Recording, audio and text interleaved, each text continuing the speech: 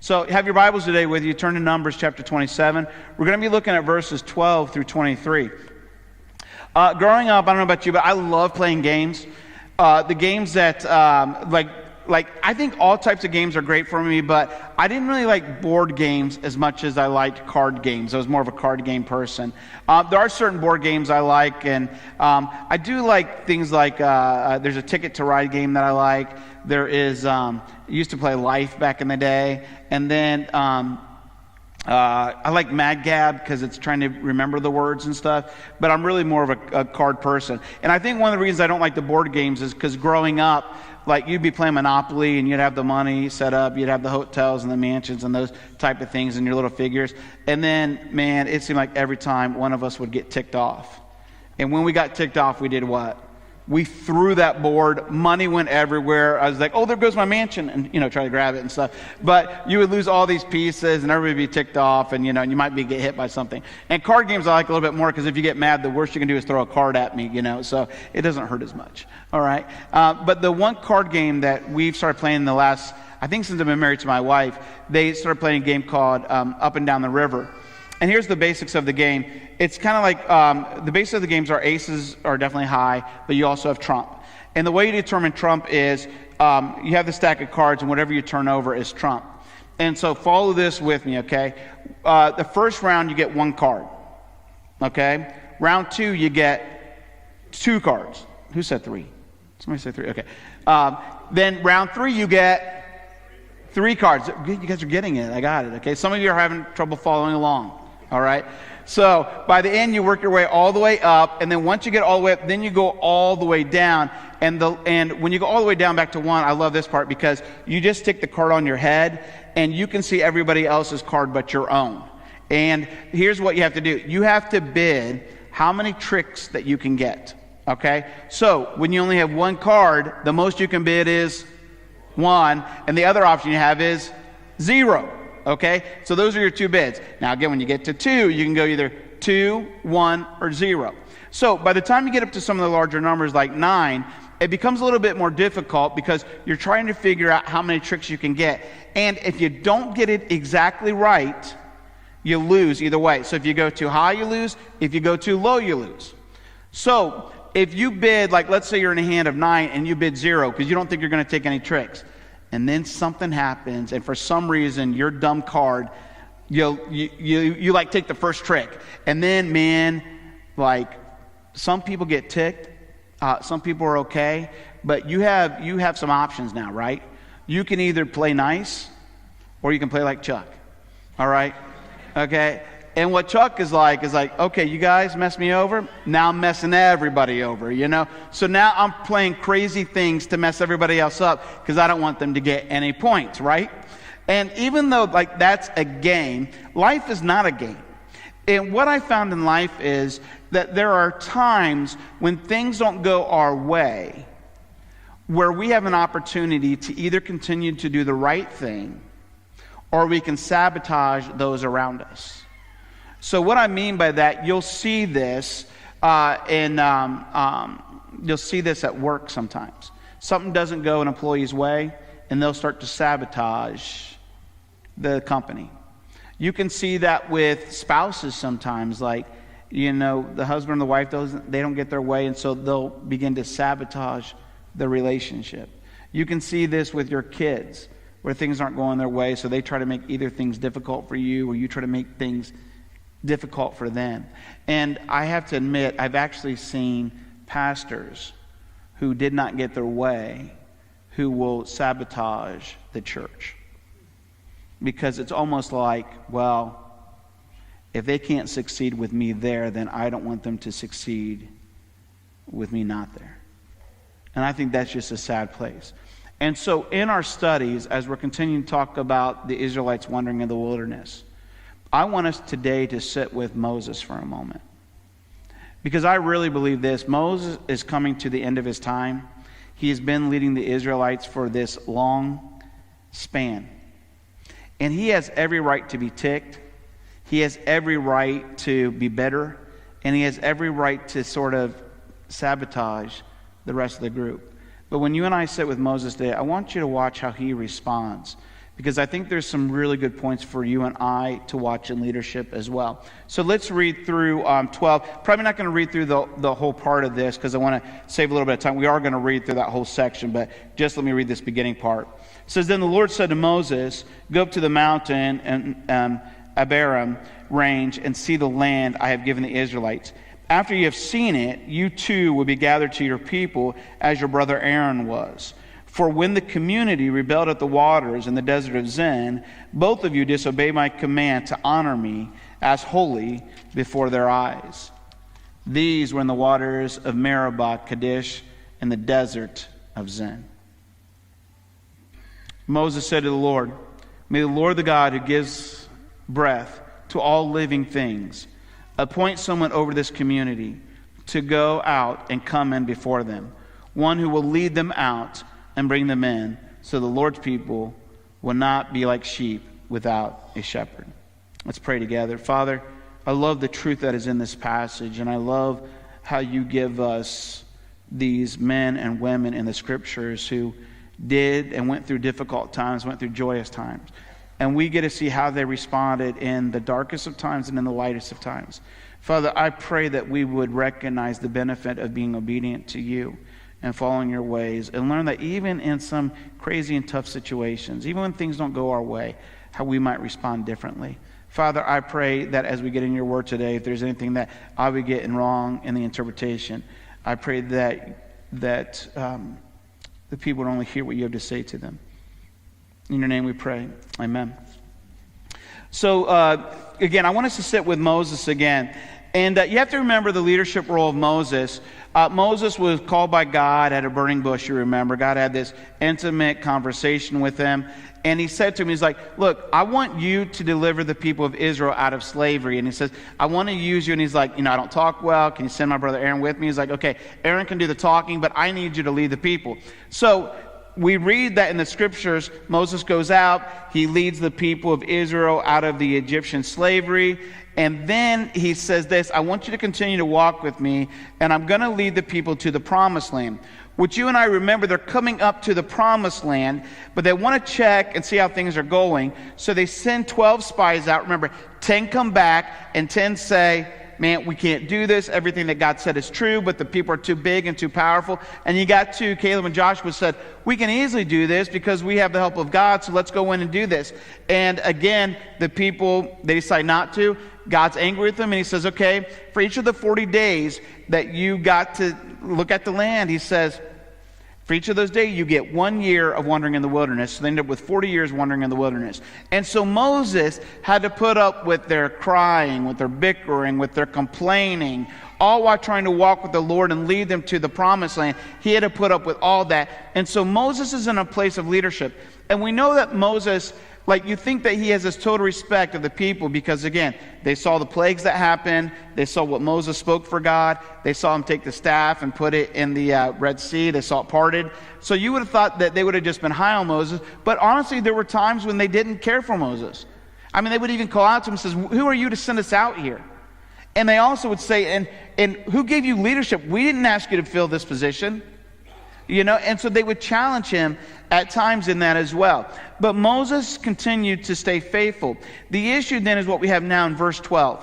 And it says this, "Then the Lord said to Moses, go up this mountain and in the Abiram range and see the land I have given the Israelites."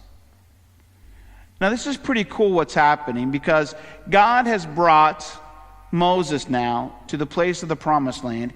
He tells him to go up on this mountain, and he says, "I want you to look and see the promised land. This is the land I have promised you." And this is the first thing that I notice about a leader. If you have a good leader, one of the things you'll notice is that they always have a goal in mind. All right? And Moses knew the goal because God had told him, "You're going to walk with me, you're going to lead the people out of slavery, and then you're going to bring them to the promised land." Initially it was into, but now it's just, you're going to bring them to the promised land, which we'll get to in a minute.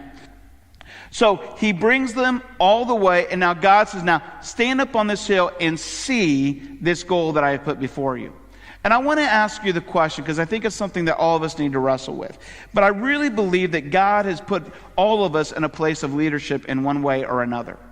And what I want to ask you this is, in being a leader, what is your goal? Like, what do you want to accomplish? What do you want to get done? What are you working towards? So if your goal becomes loving my kids, then I would encourage you to love your kids. I would encourage you to be there for them. You need to make sure that you don't spend so much time at work that they don't feel like that they're being taken care of. You need to understand that if you want to love your kids, when you get home, you need to spend time with your kids. You can't say, I'm tired, I'm busy, I can't do this. Like, you need to separate that time and be there for them. If they have an event, you need to be at the event. You need to create a space where they feel comfortable enough to come to you and tell you what's going on in their life. If your goal is to love your wife, then love your wife. And I mean just not only love your spouse or love your wife, but I mean fight for that person. Find out what makes them tick. Find out what do they like. Find out their interests. And then begin to do things or encourage them in those things. Be supportive of them, listening to them, caring for them, telling them that they are loved, setting aside time for them, because that becomes important to you. If your goal is to love God, then love God. That means you spend time in His Word. That means that you spend time in prayer. And I love the fact that you come here to church, because I think that's one of the important things as well. But listen, if this is all you do, you really haven't done enough. Can you imagine in a marriage relationship just showing up once a week and saying, hey, I'm home. Look at all you get. You know, they'd be like, okay. You know, it's about spending time with them. And I tell you this, spending time with God is this great thing, because He's given us the ability to communicate with Him, and we need to tell Him what's going on in our life. Matter of fact, when I try to live by this thing, it says that, and we'll get into this in a little bit too, but it's the idea of praying without ceasing. You see, there are times when I'm going through life that I just have a conversation with God. Why? Because I want Him part of my life. And so there'll be times that stupid things happen. The fact that I was sore the other day and I'm turning 50, I'm like, Lord, you know how this insane is that I'm underneath this sink right now at 50-year-old trying to do this stuff. And by the time I put all my time and energy into it, I was like, I think it would have been cheaper to get a plumber, you know? And Lord me, he'd probably laugh like, yeah, you're an idiot, you know, but hey, I love you, you know? But there are times too when I'm going through difficult situations where I got to stop what I'm doing and say, Lord, I don't know how to handle this situation.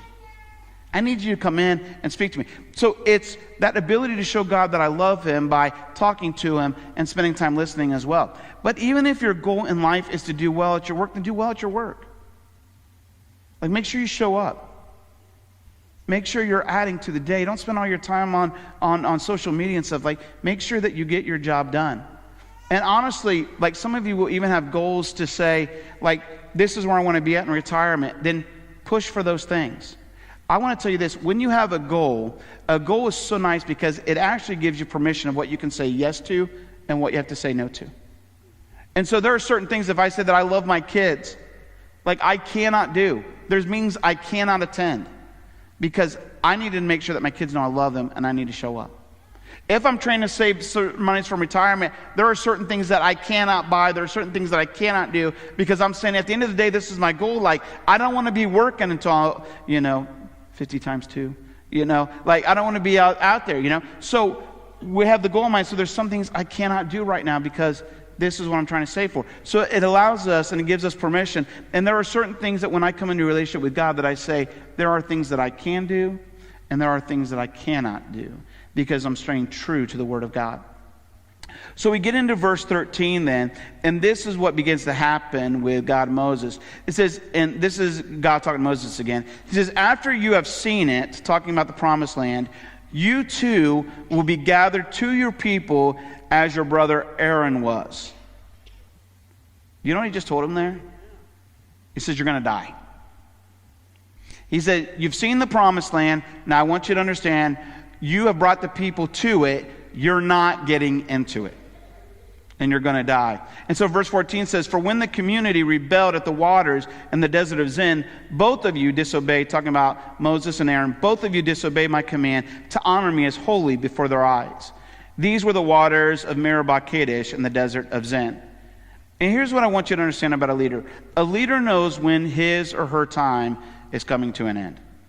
And this was an easy one because God said, you're going to die. You're not getting there. So this is it for you. And this whole kind of crazy thing is, I think that we need to do a little bit of looking back. Because the question is, well, this stinks for Moses. Moses put up with all their complaining. He put up with all this stuff. He's going before God. He's taken the journey. He's all the way there and cannot enter it. Like, how is that fair? And he already gives them the reason. He reminds me, he says, Moses, and you have to remember, the reason why you're not getting in is because of what happened in the desert of Zin. And so if you go back to Numbers 20, here's the story you're going to read. The story says that the people were complaining and they were grumbling, and Moses and Aaron had enough again. They said, we've got no water out here.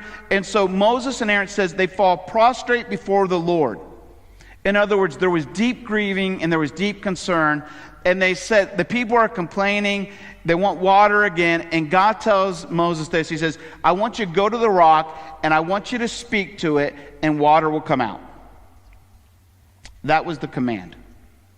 Now I want to take you back into Exodus as well. In Exodus, we read about a rock as well. And the people cried out for water. And God told Moses to strike the rock with his staff and water will come out. And that, in fact, happened. So now we're given a second time where they're coming to this rock. And Moses gets out there, and all of a sudden, you can kind of feel this anger within him. And he's upset. And who is he upset with? He's upset with the people. He's like, I'm just tired. We're almost at the end of the 40-year period, and you're still complaining about the same stupid things. And then he says this, you rebellious people. You people who will not be obedient to God. You people who have not listened to him. Like, you keep messing up over and over again, and you don't trust him. And so then it says that he strikes the rock again, and then water flows from it. And it says in that moment, God is upset with him. So why is God upset with him? I have to tell you, scholars actually are all over the place on this kind of one thing. And some of the things that they say, because they have different kind of theories and stuff. And the main theory is this. You have to remember the main theory of this whole book is what? Is one of obedience. This is what God says. This is what we do. Now, you have to understand, when you're placed into a place of leadership, you are held to a higher standard. Remember what Moses was upset with him about? You rebellious people. You continue to be disobedient. God told him to only speak to the rock. Don't strike it, just speak to him. And in that moment, and in his rage and his anger with the people, he struck the rock and disobeyed God. And God says, because of that, neither you or Aaron will get in. Now, there's other things about this as well. And one of the things is because some people say that Moses took things in his own actions and then he set himself up almost to be the God instead. Another theory is that, and you have to follow me on this one, Moses used the staff to strike the rock. Moses used the staff that turned into a snake. Moses used the staff that parted the Red Sea. So when Moses dies, what do people think about that staff? They may think there's power in that staff. And so that could become an idol for them as well. That's another theory. The last one is this, which has some great implications in what we call Christology, in the study of Christ. And that's this, and we read about it in Corinthians as well. But when Moses struck the rock the first time, water flowed from it, and that became the water that helped them have life. All right? He was not asked to strike it again. And this helps with the Christology understanding about Jesus. Jesus was only struck down once, and out of him came living water. And once Christ was struck down once, he will not be struck down again. and this was part of the bigger story. And I said, just like first service, that gives me chills to think about what God was doing way back then to show Christ even to us today. So here's the second thing I realized even in those verses right there. The second thing I understand is that, am I on the right page? Sorry, I may have missed something here. All right, so what I understand about this is that, so Moses, if I were him, I would have been really angry with the people. Because listen, the whole reason he doesn't get in is because they were complaining. And it feels like they pushed him to the point that he tried to respond and react the way he did. And if I was him, I would have been like, you people are the reason I'm not getting in. But this is what I love, because Moses could have easily sabotaged the group, could have been uncaring about the group. But I want you to watch now his response. We get into verses 15 and 17. It says, Moses said to the Lord, may the Lord, the God who gives breath to all living things, appoint someone over this community to go out and come in before them, one who will lead them out and bring them in, so the Lord's people will not be like sheep without a shepherd. Do you hear that grace and that tone in his voice right then? Instead of being upset, instead of saying, I'm going to sabotage you, he has this grace that says, I want to leave you with good leadership. And I have to tell you, like I said before, it's very easy for pastors or for people who their time has come to an end and they're upset with the way things are going. It's very easy for somebody to sabotage something so that they can look even better. But yet Moses' response was what?